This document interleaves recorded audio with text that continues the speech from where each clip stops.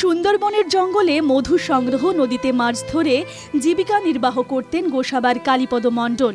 ৩৬ বছর আগে গভীর জঙ্গলে মাছ কাঁকড়া ধরতে গিয়ে বাঘের পেটে গিয়েছিলেন কালীপদ। সংসারে নেমে আসে চরম অভাব। নদীতে মাছ ধরে এবং লোকের বাড়িতে পরিচারিকার কাজ করে সন্তানদের মানুষ করেন কালীপদর স্ত্রী কমলা মণ্ডল। স্বামী বাঘের পেটে যাওয়ায় এলাকায় বাঘ বিধবা নামে পরিচিত কমলা। জেলা পরিষদের এই ভাঙা ঘরে আমি থাকি। সরকারি ঘর, এটা সরকারি ঘর।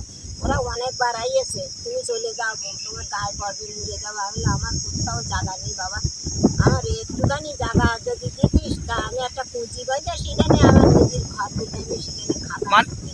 সরকারের তরফ থেকে কোনো ঘর দেয়নি আপনাকে? না না, আমার কিছু দেয় সাহায্য করেনি সরকারের তরফ থেকে? না, আমাকে কিছু সাহায্য করেনি। সরকারি আবাস যোজনায় কমলা মণ্ডলের ঘর হয়নি, স্বীকার করে নিয়েছেন শাসক দলের জেলা পরিষদ সদস্য।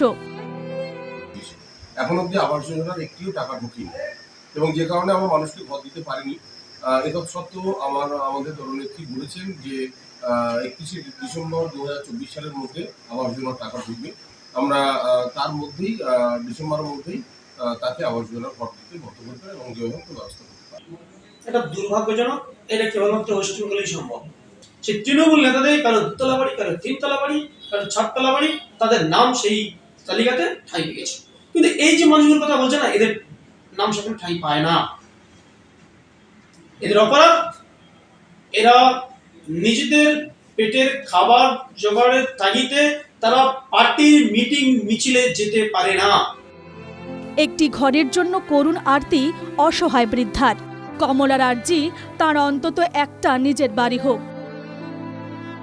দক্ষিণ 24 পরগনা থেকে সৌরভ বিশালের রিপোর্ট, NKTV বাংলা।